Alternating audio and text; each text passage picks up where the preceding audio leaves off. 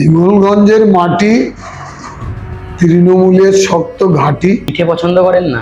হ্যাঁ, রেখা পাত্র সন্দেশখালিতে যে আন্দোলন হয়েছিল সেই আন্দোলনের অন্যতম মুখ। কোথাও গিয়ে আপনাকে ব্যক্তিগত আক্রমণ করেছেন, যে নির্লজ্জ প্রার্থী পরচর্চা না করাই ভালো। মায়েদের ইজ্জত বিক্রি করা 2000 টাকার ক্যান্ডিডেট জেতার পরে কি পিঠে পাঠাবেন? দেবেশ মন্ডল তৃণমূলের একজন তাত্ত্বিক নেতা, কিন্তু আমরা তো একদিনও প্রচারে দেখলাম না ওনাকে।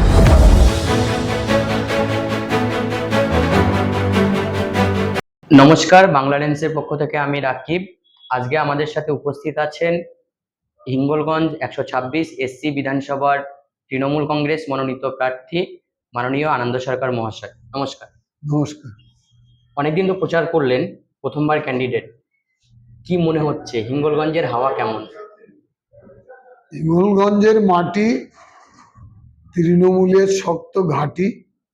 সেই মাটির ওপর দাঁড়িয়ে লড়াইটা অনেক সহজ সরল বলে আমি মনে করি।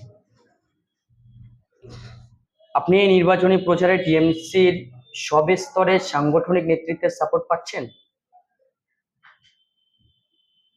হিঙ্গলগঞ্জ বিধানসভায় সকল নেতৃত্বের পক্ষ থেকে যেভাবে প্রচার প্রভাকাণ্ডা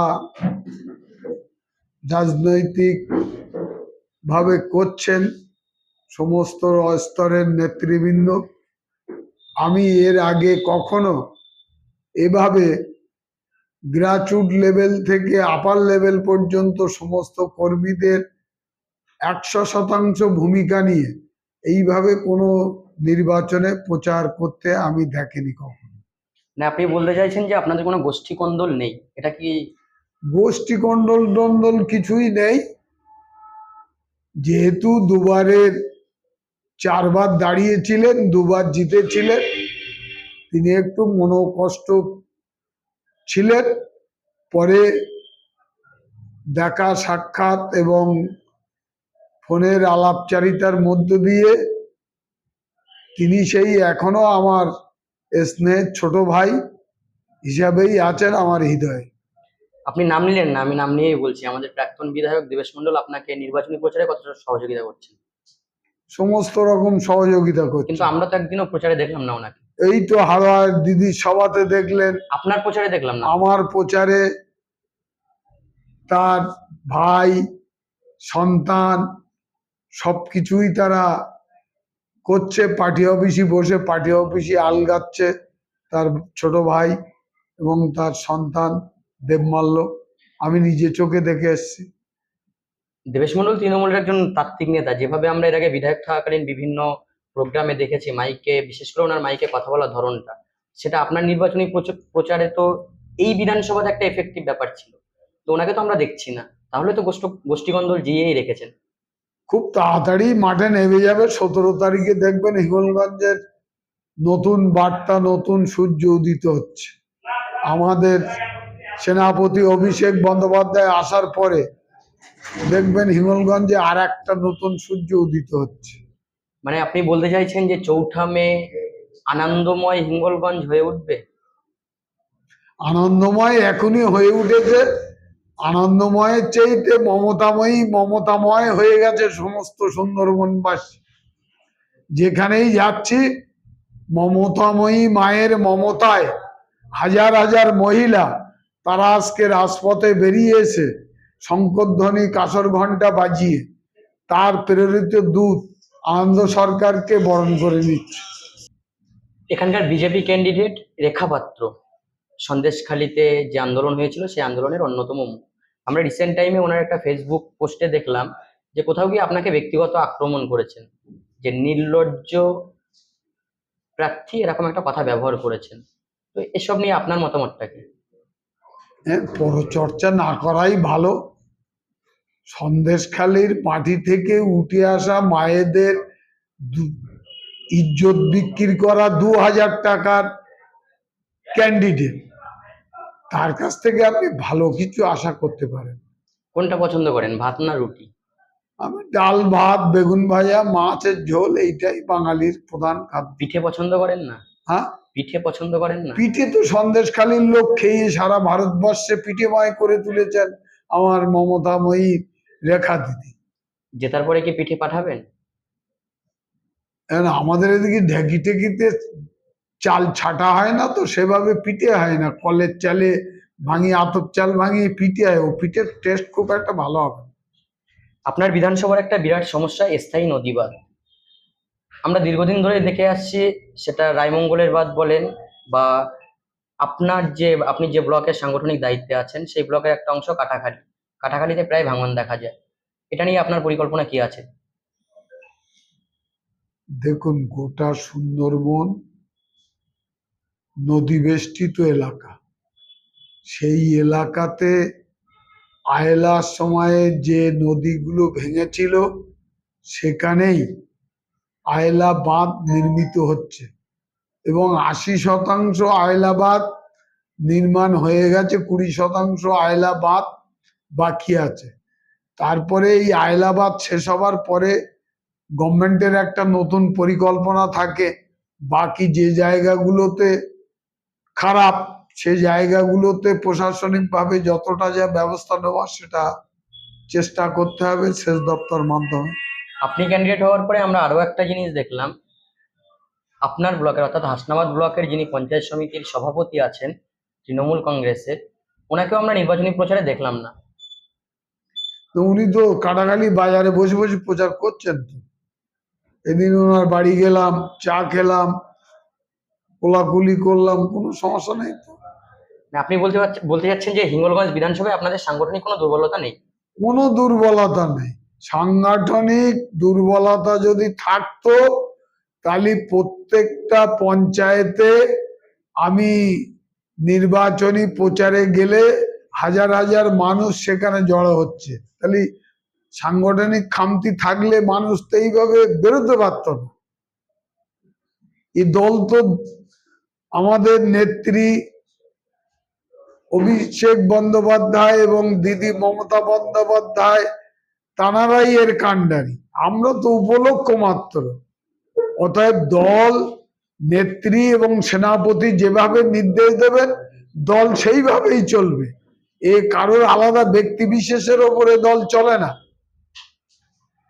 আমরা বিজেপির কথা বললাম, আপনার অপোনেন্টে আরেকজন প্রার্থী আছেন উচ্চ শিক্ষিতা, ভদ্র এবং যারা একটা সময় বাংলার শাসন ক্ষমতায় ছিল, সিপিআই এর সঙ্গীতা মণ্ডল। তো সেটা আপনার 34 বছরের জমানায় যদি সঙ্গীতা দিয়ে হাজির হতেন তাহলে সঙ্গীত খুব জোরে বাজতো, কারণ সুন্দর গেরো কাটাতে পারছেন না, তো ওই যে সঙ্গীতাদির সঙ্গীত খুব জোরে আর বাজছে না, মিলান হয়ে গেছে। নদী বেষ্টিত হিঙ্গলগঞ্জ, সব জায়গাতে ব্রিজ নেই। স্বাস্থ্যক্ষেত্রে আমরা দেখেছি যোগেশগঞ্জ বা খুলনা এইসব জায়গাগুলোতে স্বাস্থ্যক্ষেত্রের খুব বেহাল দশা। আপনি কি প্রতিশ্রুতি দিচ্ছেন? আমি চেষ্টা করব লেবুখালী, ভবানীপুর এবং বিষপুর এই 3টে জায়গাতে যদি জুড়ে দেওয়া যায় তাহলে গোটা সুন্দরবনের মানুষ 2 ঘন্টার মধ্যে কলকাতা পৌঁছে যাবে। সেটা আমার মাননীয় মুখ্যমন্ত্রী মমতা বন্দ্যোপাধ্যায় আছেন এবং সেনাপতি অভিষেক বন্দ্যোপাধ্যায় আছেন, নেতৃত্বের সঙ্গে ব্রিজ, স্বাস্থ্য পরিষেবা, নদী বাঁধ এবং আরো কিছু নদী আছে সেখানে ভ্যাসেল মারফত যাতে পারাপার করা যায়, এসব বিষয় নিয়ে আলোচনা হয়েছে এবং উনি কথা দিয়েছেন সুন্দরবন মানুষের জন্য একটা আলাদা প্যাকেজ করার চেষ্টা করছে।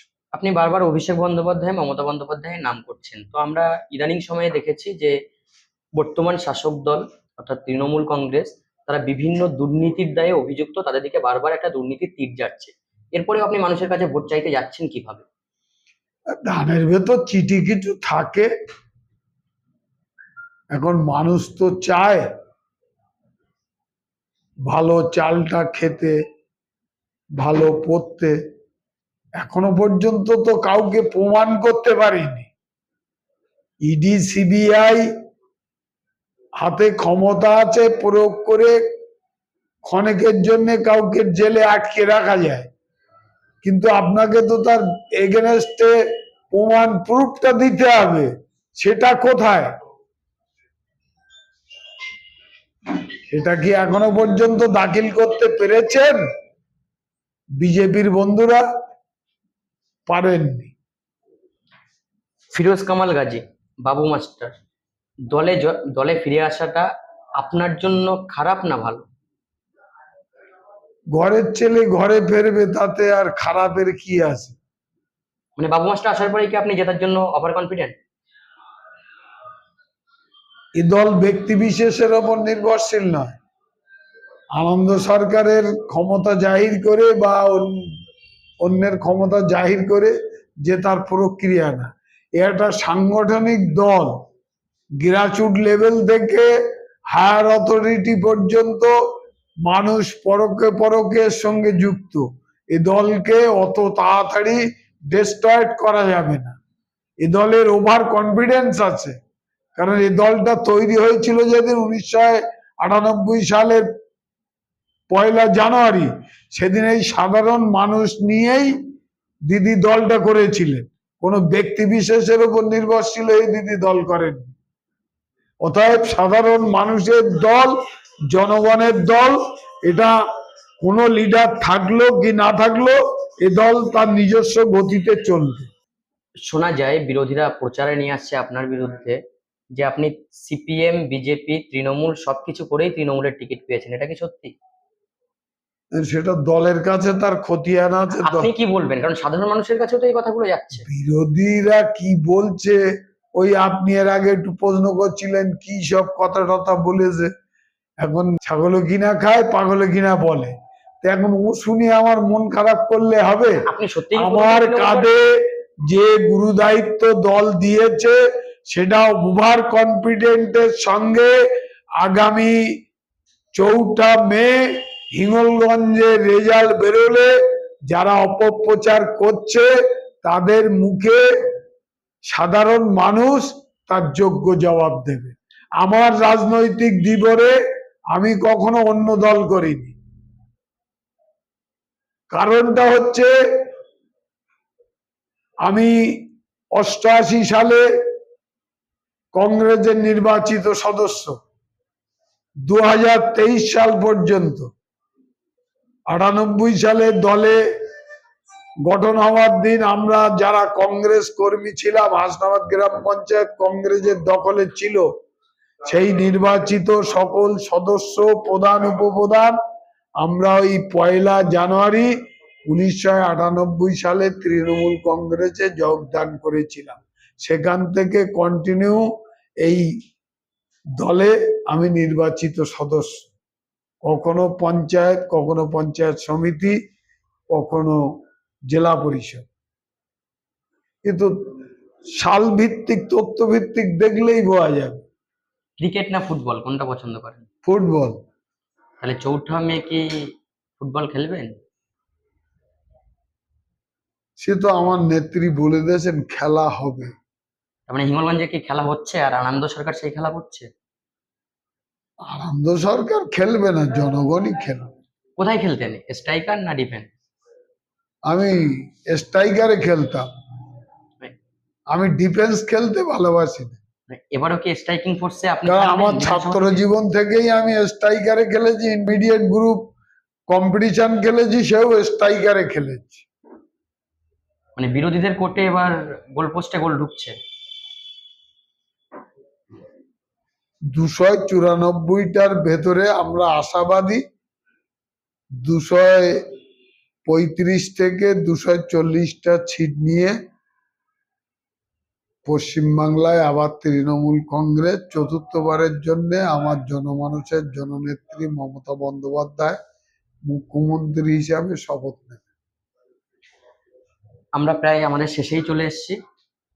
হিঙ্গলগঞ্জ বিধানসভা কেন্দ্রে কি ফেয়ার ইলেকশন হবে? কারণ হিঙ্গলগঞ্জে কি আপনাদের কাছে কোনো রেকর্ড আছে যে ফেয়ার ইলেকশন হয়নি এর আগে? বিভিন্ন সময় সংবাদপত্রে বিভিন্ন ভাবে এসছে যে হিঙ্গলগঞ্জের বিভিন্ন কোথাও আমার রাজনৈতিক জীবনে তো দেখিনি কোথাও বুথ জ্যাম করে ছাপ্পা করে হিঙ্গলগঞ্জে ভোট হয়েছে। হিঙ্গলগঞ্জ শান্তিপূর্ণ থাকবে। হিঙ্গলগঞ্জে সারা পশ্চিমবাংলা শান্তিপূর্ণভাবে ভোট হবে, মানুষ আনন্দে ভোট দেবেন। কারণ এই সরকার সাধারণ মানুষের দোরগোড়ায় যেসব প্রকল্প উন্নয়ন পৌঁছে দিয়েছেন, আজ পর্যন্ত ভারতবর্ষের কোনো মুখ্যমন্ত্রী পশ্চিমবাংলায় এই রকম প্রকল্প সাধারণ মানুষের কাছে পৌঁছে দিয়েছে নজির আছে, সেটাকে আপনারা দেখাতে পারেন?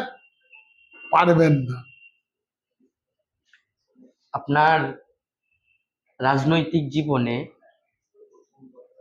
সব থেকে টাফ কোন নির্বাচনটা? বিধানসভা নির্বাচন, না এর আগে আপনি পঞ্চায়েত বা পঞ্চায়েত সমিতি নির্বাচন এটাতে ছিলেন? আমার মনে হয় বিধানসভা নির্বাচনের চেয়ে বিগত দিনের নির্বাচন টাফ ছিল। কারণ সিপিএম যখন মধ্য গগনে উদিত সূর্য, তাদের রক্তচক্ষু উপেক্ষা করে হাসনাবাদ পঞ্চায়েত 1978 সাল থেকে 2023 সাল পর্যন্ত একবারই বামপন্থীরা ক্ষমতায় এসেছিল। তাহলে কতটা লড়াই সংগ্রাম সংগঠিত করে সাধারণ মানুষকে নিয়ে চলাফেরা করলে তবে একটা এন্টি গভর্নমেন্টের এগেনস্টে মানুষ 78 সাল থেকে 2023 সাল পর্যন্ত একবার বামপন্থীদের ক্ষমতায় এনেছিল। আমার মনে হয় সেই নির্বাচনগুলো ছিল অত্যন্ত কঠোর এবং টাফ। আমরা শেষ প্রশ্নই করব যে এসআইআর এর প্রভাব আমরা দেখছি পুরো রাজ্যব্যাপী ব্যাপকভাবে ফেলছে। আপনার বিধানসভা ক্ষেত্রেও একটা ভালো অংশের ভোটার বাদ গেছে, সেই ডিলেটেড ভোটার, তারা আতঙ্কের মধ্যে আছে। আপনি তাদের জন্য কি বার্তা দেবেন?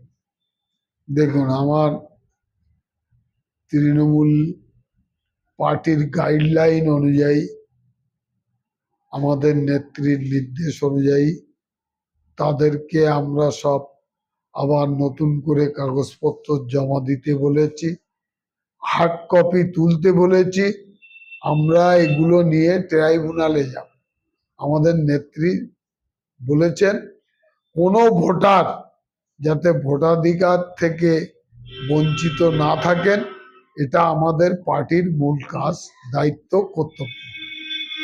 সুতরাং তাদের আতঙ্কে থাকার কোনো প্রশ্নই নেই। কোনো আতঙ্কের প্রশ্ন নেই। মানুষকে সেই অভয়টা দিন বা আশ্বাসটা দিন যে আতঙ্কে প্রতি প্রচারে প্রত্যেকটা জায়গাতে চ্যাটাই মিটিং থেকে শুরু করে পথসভা, গণসংযোগ, যাই বলেন, প্রত্যেকটা জায়গাতে আমরা মানুষকে এই বার্তা পৌঁছে দিচ্ছি, আপনাদের ভয় পাওয়ার কিছু নেই। আমাদের সরকার, আমাদের নেত্রী, আমাদের সেনাপতি আপনাদের পেছনে আছে। আনন্দদা, 4ঠা মে আপনি আনন্দ করছেন তো? সারা হিঙ্গলগঞ্জবাসী আনন্দ করবে, তাদের আনন্দই আমার আনন্দ। সেই জন্য আমার বাবা মা বোধহয় আগাম ভেবে আনন্দ নামটাই রেখেছিল, আমি সবাইকে আনন্দ দিতে পারি, সেই আশীর্বাদ বোধহয় তারা আমার করে গেছে। অনেক ধন্যবাদ আপনার এই ব্যস্ততার মধ্যে থেকে আমাদেরকে সময় দেওয়ার